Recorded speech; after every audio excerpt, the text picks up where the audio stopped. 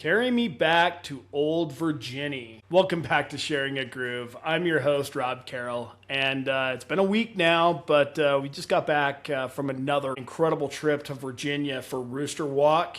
And I'll be honest, there's really no way to fit everything from those 4 days into one sub 15-minute episode. So we're not going to. I'm going to break this into three parts. This one's going to be about the place, which of course was Pop's Farm in Axton, Virginia. The next is going to be about the bands. And finally, we're going to go about the people, which obviously I feel is the most important when it comes to the topic of sharing a groove. And I want to do this because, to be honest with you, Roosterwalk really deserves that type of attention. So it's really been interesting. Next to my home here in Utah, Virginia has really become another epicenter for my live music experience and really a lot of the social connections that I've made through music.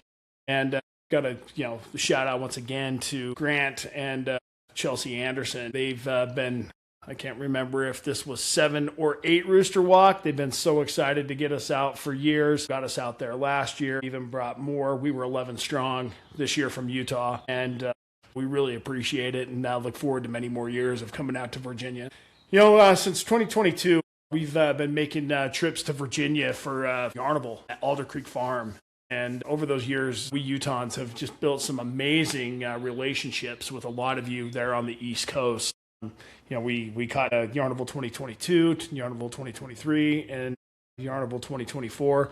Obviously, Yarnable moved to Pop's Farm last year. But I want to just shout out to Jay and Constant Wyant.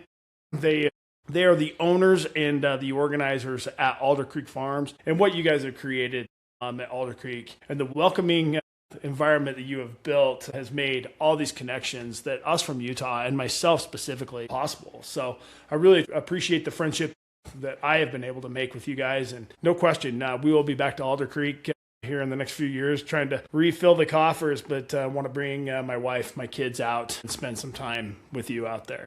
As I mentioned, this was our second Roosterwalk and their 16th. So where is Roosterwalk? Roosterwalk is tucked away in the woods about 20 minutes from Martinsville, Virginia, at a place called Pop's Farm. This is a 151-acre property that, for this event, transforms into really something special. So it's 6 stages. The nice thing about these stages, they are very spread out. There's no really overlap. The way they schedule the music at these stages is great. I only had one conflict in 4 days, which was Disco and Kitchen Dwellers were playing at the same time. And I really wanted to see Disco, but caught up with Kitchen Dwellers. Full VIP area with drinks and social hours.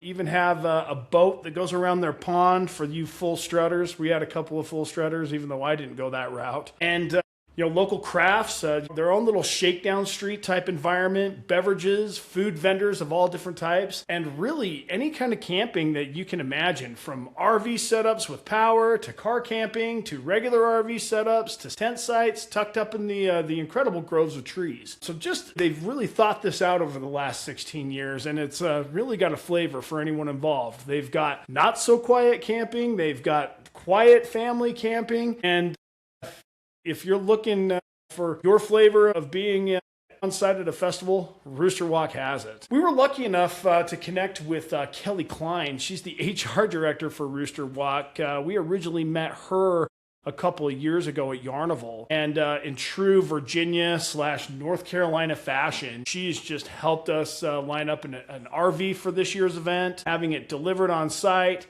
Even helped us get connected with a power spot for the RV. And want to shout out to Marty and Pilot RVs out of RV Rentals out of North Carolina. You did an amazing job to get us set up and asking us if what we needed and supplying us with some of the stuff that we could. So if you guys are looking for any type of an RV service back there in the East Coast, particularly in North Carolina or Virginia, look no further to Pilot RV Rentals, and I'll send out a link to that too. And just want to be clear, we paid for all this. It's not like we got this for free, but when you're flying in all the way from Salt Lake City, Utah, and coming clear across the country, it was worth every penny. And when you're splitting it across 11 people, it really helps reduce the cost. So one of my goals was to officially meet and have a chat with Johnny Buck. Johnny Buck is the head organizer of Roosterwalk, which I did accomplish, but I did get something special. On Thursday night, this guy walks into our campsite asking for a cocktail. And our camping neighbor, Pappy, hopefully, I want to shout out to Pappy because I want to say thank you for putting up with us loud Utahns, especially on Saturday night. I know your wife wasn't too happy with us, but once again, thanks for the welcoming nature and hanging out with us all weekend. But Pappy comes over on Thursday night, or Pappy was over Thursday night, and this gentleman comes over, and Pappy pulls me off the side and says, "Hey, do you know who that is?" And I said, "Yeah, I have no clue." And he goes, "Oh, that's Jay Firth. This is the guy behind the land, the infrastructure, really the vision that helps make Roosterwalk what it is." And sitting there talking, next thing you know, Jay offers to take Natalie, my wife, and me on a tour of the property the next day. And there's no way I'm going to pass that up, to take a tour from the man that was basically his land. And so Saturday, we find him. He was up getting a massage and up at the massage booth. Did cost me, my wife's like, "Well, I want to get a massage tomorrow." So she got an amazing massage, by the way. Those people that were doing the massages,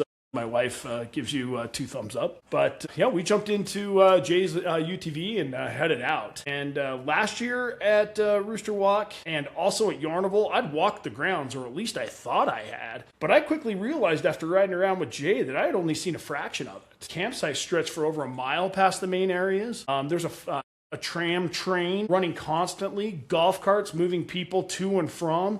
I mean, this is a full operation to get people all around this large property, down to the music and down to the center of things. So that's, once again, Roosterwalk, you've thought of everything. And with the rain and mist that had been settling in and that was there pretty much prevalent the whole weekend, it just accentuated the trees and the undercover as we were riding around with Jay. Some of the deepest colors of green, bright, almost neon greens. People kept apologizing for the weather, but honestly, it made it even better. I mean, we had some rainstorms that were torrential downpour. We took shelter under the awning of the trailer, took shelter under canopies in different places, but the rest of the weekend, it was just kind of misty, definitely cloud cover, and the temperature was perfect. I mean, I never really ever got that wet. But the coolest thing about having that type of weather environment was the trees were just glowing green. And it was one of those settings that you just can't recreate. I mean, I'd step out of the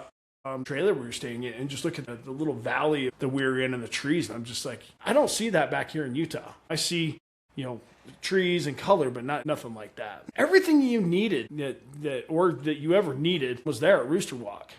Food-wise, they had all kinds of food vendors last year and this year. Just wanted a couple of shout-outs to 2 of my favorites. Bangin' Pies Pizza. I really kind of fell in love with them at Yarnaville last year. I definitely took advantage of getting a fair share of my pizza slices. And Brick's Original Dip and Roll. By far my favorite this trip. And it was also a pleasure to meet you, Brick, and your wife. It was great. Every time we'd walk by, you were out there promoting your business. You would come over, give us a hug. We met you first day, and look forward to seeing you again. And hopefully you're coming to Yarnaville. But I don't know who's in charge of that, but I vote that you get to come to Yarnaville this year, or that you try and make it to Yarnaville. As I mentioned, there was a massage booth with different flavors of massage. At one point, I walked by, and the massage girls were walking on people. Natalie took full advantage of this massage. Want to give a shout out to Ralph at Grateful Threads. I met you last year at Yarnaville. It was great to come by your booth, hang out, chit chat, talk about family life, and look forward to seeing you also coming up here at Yarnaville. And then there's the stages. 6 of them, as I mentioned before, and all completely unique. Just want to pop up here. Let me share my screen.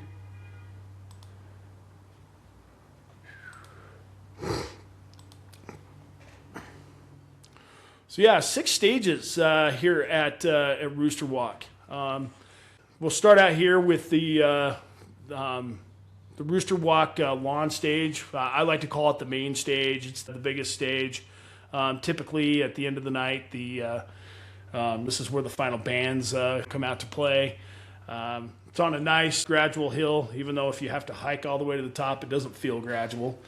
And really puts out great light, great sound. Definitely a great place to have a large stage. The next stage is the Virginia for Lovers Lake stage. This is a beautiful stage. There's a gigantic pond there at that Pop's Farm, and this particular stage is right in front of it.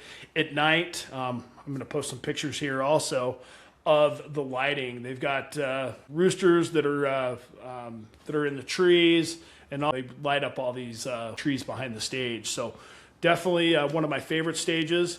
I'm actually going to bypass my favorite stage, talk about the Caesars Virginia VIP stage. This is for VIP individuals only. This is in the VIP area. They would have great acts during the day. Sometimes they were some of the artists that were playing later in the evening, or just some of the smaller bands, or individual artists during the day, playing during their free pours at 4, and other things that were going on. The high-level stage, I went by it. I haven't really seen anything up there, so there's not much I can report on it. And then finally, the kids stage. I don't even know where that is, but I want to give a huge shout out to Roosterwalk for putting together all the kids activities and the kids stage and kids bands and all the activities you do for kids. I'm a kid at heart. I loved it when I was a young child, that whenever I went out with the adults, there was something cool for me to play with and go do, and props to you. And finally, the new Belgian Pine Grove stage. This is my favorite stage. We're going to post some even better pictures of this. It is tucked up in the pine trees, and Johnny and the rest of the team, whatever lights you're using for those trees, I tried to recreate last year for an event I did here in Utah, and I'm sure my budget was a little less than what you guys afforded for these particular lights, but this stage is just absolutely fantastic.